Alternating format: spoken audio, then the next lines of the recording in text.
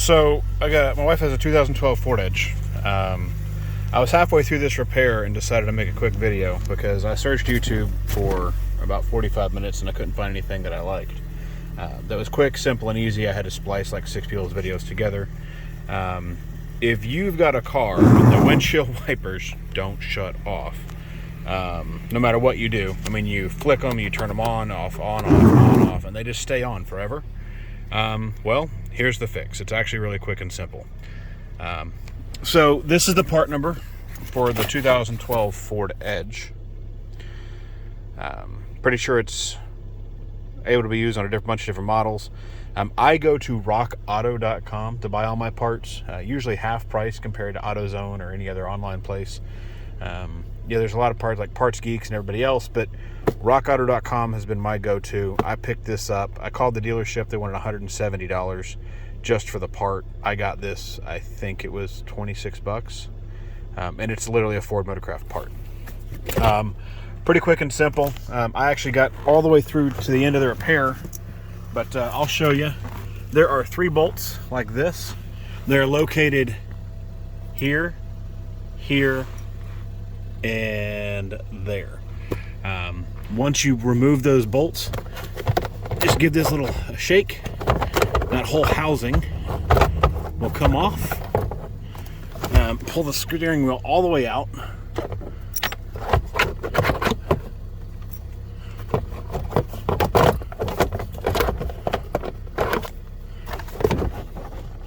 So pinch it together a little bit and out it comes. Quick and simple.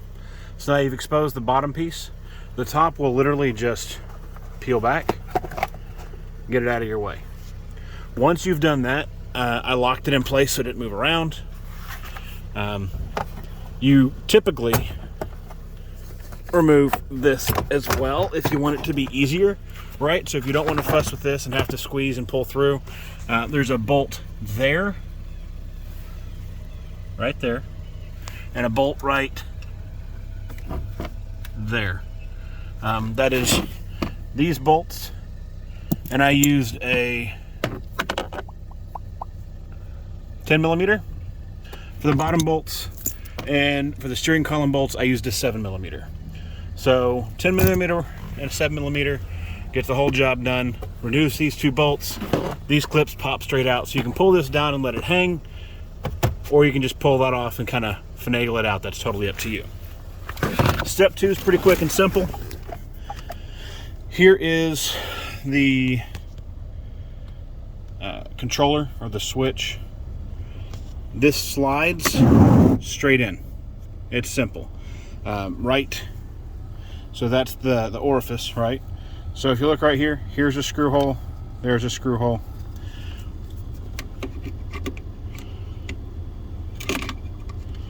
Line it up.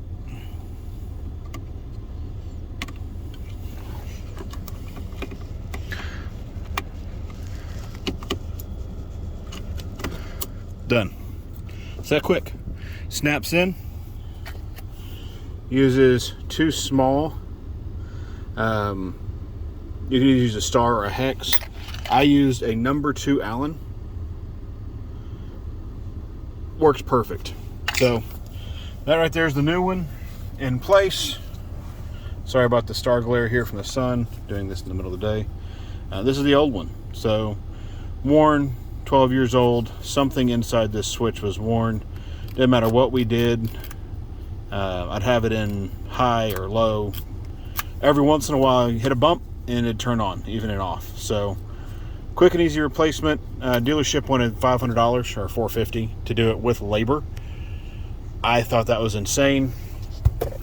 Went to order the part from them. They wanted $100 and some odd dollars. I thought that was insane. So under 30 bucks. I got a new switch, 15-minute repair, super quick and simple.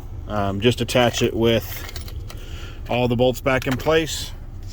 Hope this helps somebody. I mean, it's a pretty easy job. I mean, again, parts that you're gonna need: a number 2 Allen. I've got a large socket set that I use, so it's got a lot of different options.